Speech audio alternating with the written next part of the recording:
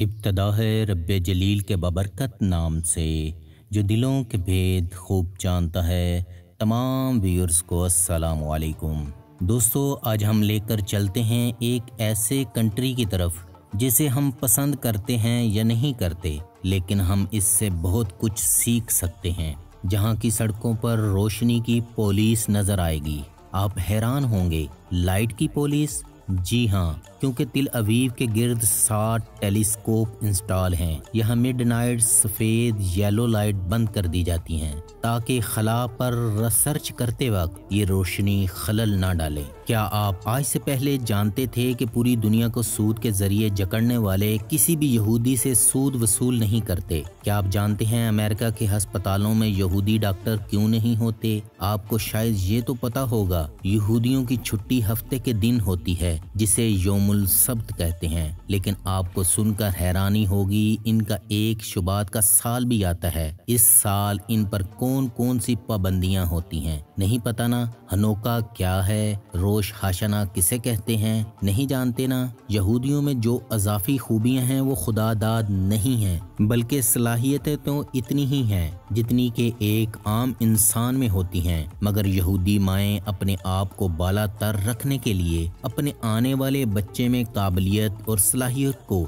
इस तरह पैदा करती हैं कि जैसे किसी फैक्ट्री में कोई क्वालिटी प्रोडक्ट पैदा होती है। ये अपने बच्चों को जार्स देकर दौलतमंद होने का कौन सा सीक्रेट दिमाग में फिट करवाते हैं। यूनिट 8200 क्या है? ये ऐसी कौन सी बला है जिसने आलमी ताकत अमेरिका, रूस, चीन और जापान को भी अपनी अहलियत के सामने हाथ बांधने पर मजबूर कर दिया है? इनके अकीदे के मुताबिक यरूशलेम के मज़ाफ़ात में जबल जैतून फटकर 2 हिस्सों में तकसीम हो जाएगी। ये कब होगा, क्यों होगा, इन सब मालूमात के लिए बने रहिए। वीडियो को लाइक, शेयर, चैनल को सब्सक्राइब करना मत भूलिए। इसराइल मगरबी एशिया का एक ऐसा कंट्री है जो बहीरा रूम के जनूब मशरकी साहिल पर वाक़ है। इसके शुमाल में लबनान, शुमाल मशरक में शाम, मशरक में उर्दन, मशरक और जनूब मशरक में फ़लस्तीन है और जनूब में मिस्र, खलीज उक़बा और बहीरा अहमर वाक़ हैं। इसराइल खुद को यहूदी जमहूरिया कहलाता है और दुनिया में वाहिद यहूद अक्सरियती मुल्क है।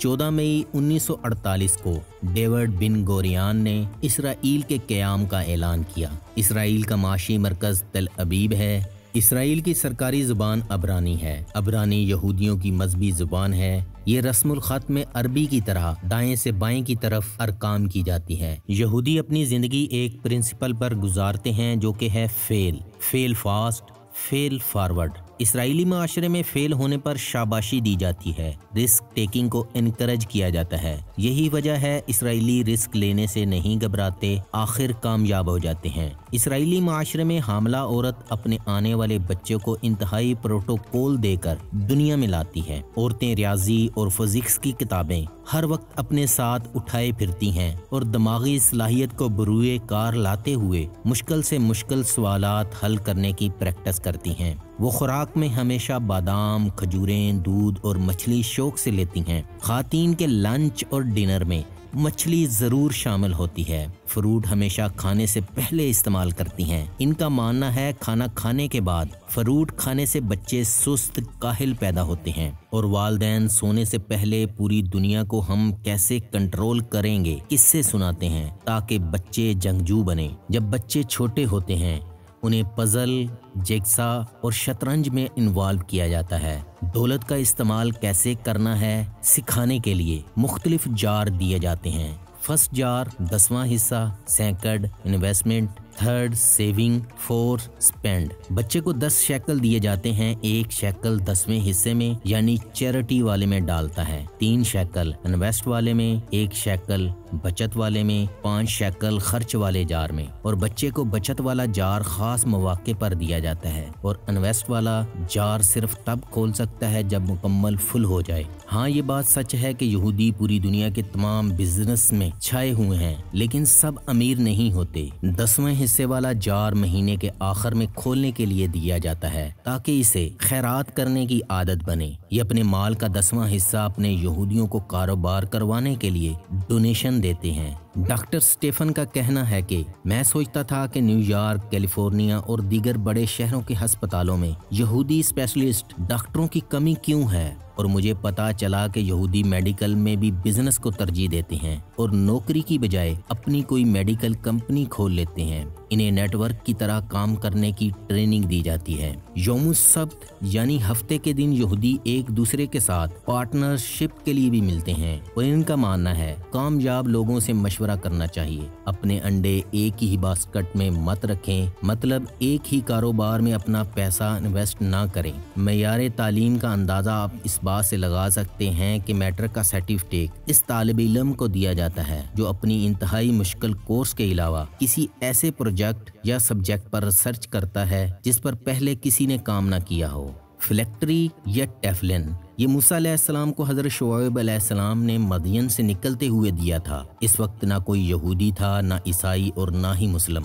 सब फ़िरौन के गुलाम थे। अगर आप इहराम मिस्र को देखें तो वो ट्राई एंगल की शक्ल में है। आज भी ट्राई एंगल शैतानी कुव्वतों की निशानी माना जाता है। और मूसा अलैहिस्सलाम फ़िरौन के सामने खड़े हुए और कहा कि मेरी कौम को हक के लिए जाने दो ताकि हम इब्राहीम अलैहिस्सलाम की सुन्नत पर अमल करते हुए हक कर सकें और कुर्बानी कर सकें। हिब्रू में दायरे की शक्ल में घूमने को हक कहा जाता है। और गौर करें, हज और हज में खुद ही समझ आ जाएगी। मूसा अलैहिस्सलाम ने जो रास्ता चुना था वो सऊदी अरब से होता हुआ था। टेफलन क्यूब शक्ल में 2 बॉक्स होते हैं, एक को माथे पर बांधते हैं और दूसरे को स्ट्रेप से अपने बाएं हाथ पर 7 चक्कर देकर बांधते हैं। क्या किसी ने गौर किया कि खाना काबा की तरह क्यूब बाएं बाजू के गिर्द 7 बार लिपटा हुआ है। मुसलमान तवाफ काबा क्लॉकवाइज 7 बार ही करते हैं। इनका मानना है क्योंकि बायां हाथ दिल के करीब होता है और हदीस में भी आता है कि नबी करीम सल्लल्लाहु अलैहि वसल्लम ने दाएं हाथ को बाएं हाथ पर सीने पर बांधा जो कि बिल्कुल दिल के ऊपर होता है। इसका मतलब है कि इसके पीछे कोई ताल्लुक और सच्चाई है। पिरामिड दर्जाबंदी की नुमाइंदगी करता है और मकाब मसावात की नुमाइंदगी करता है। What is हनोका? हनोका क्या है? हनोका या चनोका 8 दिन का मौसम सरमा का रोशनियों का त्यौहार है जो हर साल यहूदी महीने कैसलव के 25वें दिन शुरू होता है। हनोका का आगाज नवंबर के आखिर से दिसंबर के आखिर तक हो सकता है। हनोका का जश्न इसलिए मनाया जाता है जब यहूदी जंगजुओं के एक ग्रुप ने काबज यूनानी फौजों को शिकस्त देकर हैकल का दोबारा कंट्रोल हासिल कर लिया था। तलमूद के मुताबिक शमा को दोबारा रोशन करने के लिए सिर्फ 1 दिन का तेल था, फिर भी मौजज़ाना तौर पर ये 8 दिन तक रोशन रहा।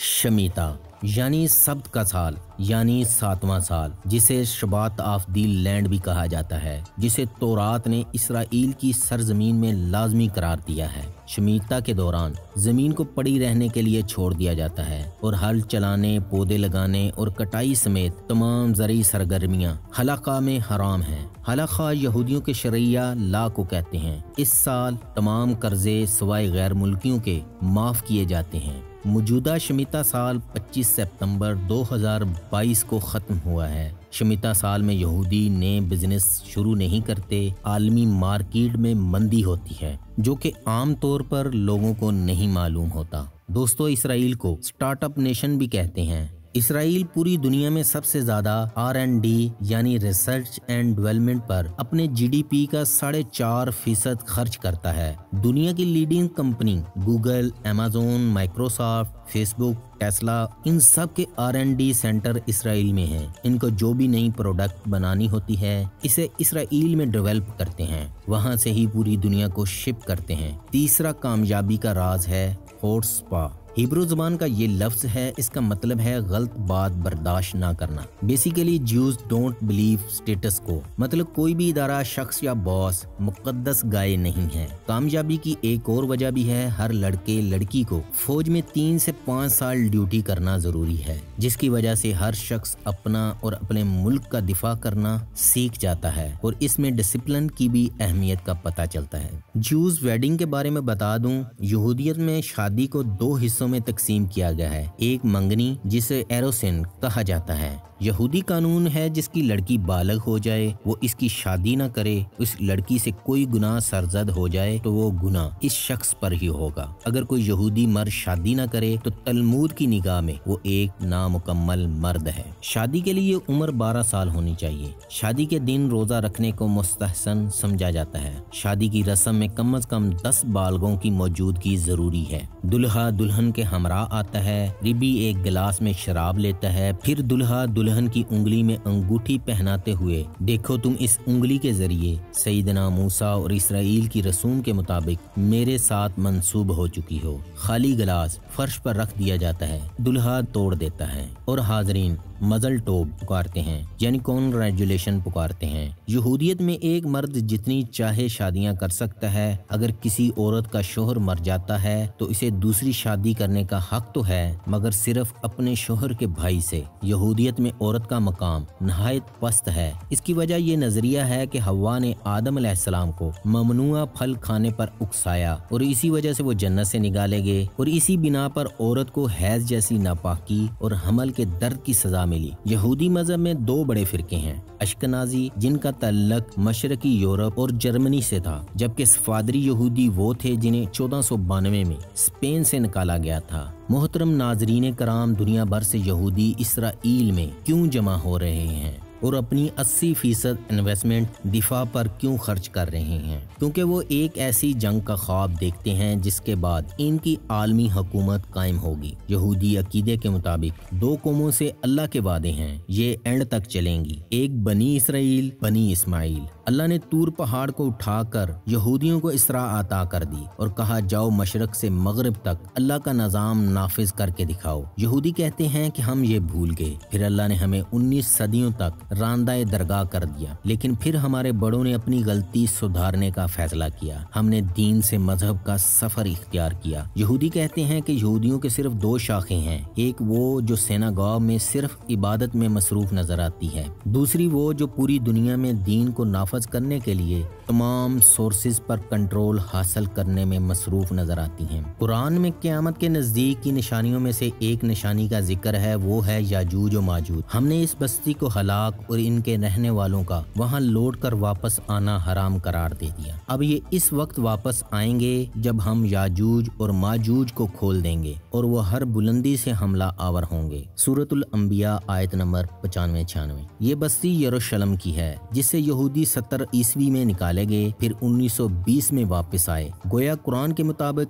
इस वक्त याजूज और माजूज खोले गए। दूसरी निशानी वो बुलंदी से हमला आवर होंगे और फिजा, साइबर स्पेस वगैरह। यहूदी इस वक्त आसमान की फिजाओं में मौजूद दुनिया की सबसे बड़ी जासूसी करने वाली कुव्वत बन चुके हैं। बेयर शेवा में इस वक्त साइबर एजेंसी के दफातर और तालीमी इदारे हैं जिसे उर्फे आम में यूनिट 8200 कहा जाता है। इसका अबरानी जबान में नाम शमून मातयम है। ये यूनिट 1992 में अमेरिकी फौज के सामान के साथ बनाया गया, जिसके अंदर ये सलाहियत मौजूद है किसी भी कंप्यूटर, गाड़ी या मोबाइल को नकारा बना सकते हैं। इसराइल ने ये सलाहियत कैसे हासिल की, ये मकसद के हसूल की शानदार कहानी है। 1973 की जंग में इसराइल को बहुत ज्यादा नुकसान उठाना पड़ा। इन्होंने इस नुकसान को छड्डो जी मट्टी पाओ जैसे फार्मूले पर अमल नहीं किया, बल्कि इन्होंने पूरी एस्टेब्लिशमेंट को इबरतनाक सजाएं दी, पुरानी एस्टेब्लिशमेंट को फारग कर दिया। इन्होंने खुद के नेवी जेट फाइटर बनाना शुरू कर दिए। ये प्रोजेक्ट बड़ा ही महंगा साबित हुआ, जिसे 1987 में बंद करना पड़ा, जिसकी वजह से 5000 साइंसदान बेरोजगार हो गए। ये साइंसदान ना ही मायूस हुए और ना ही मुल्क छोड़ कर गए, बल्कि ये मार्केट में दाखिल हुए। इन्होंने कंपनीज बनाई,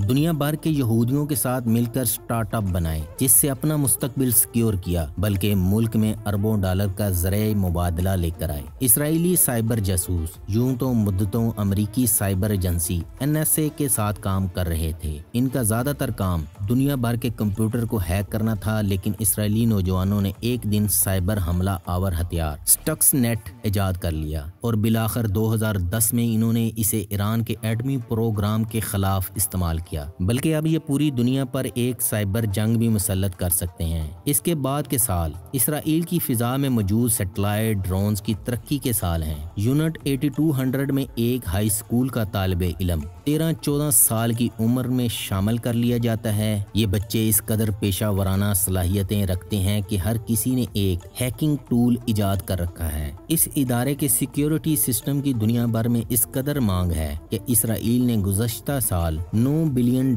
का साइबर सिक्योरिटी सामान बेचा है।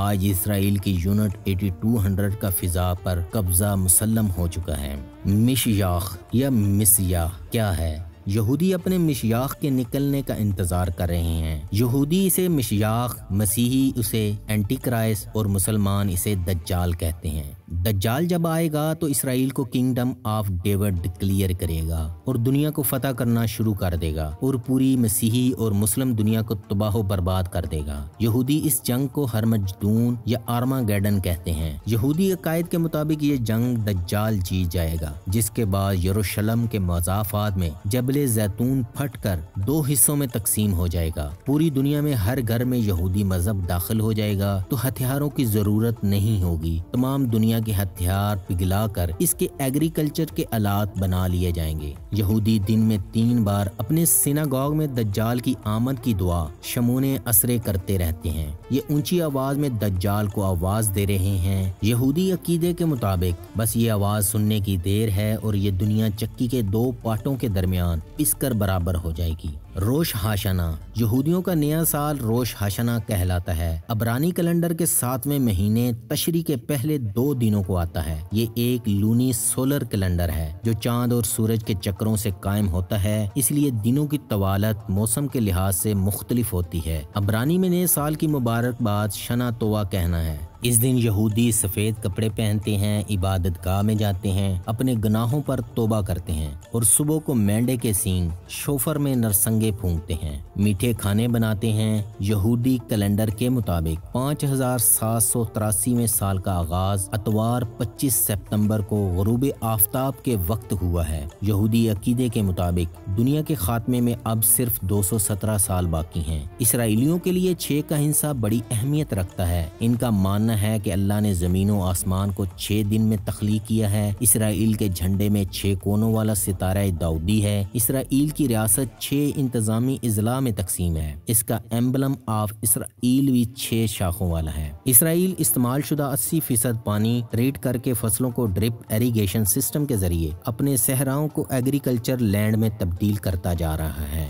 इसराइल में जेर जमीन पानी निकालने पर पाबंदी है। इसराइल दरिया जॉर्डन का रुख भी बदल चुका है। दोस्तों, ये थी आज की वीडियो। आपको कैसी लगी? लाइक, कमेंट्स और शेयर करना ना भूलें। अल्लाह हम सब का हामी और नासिर हो।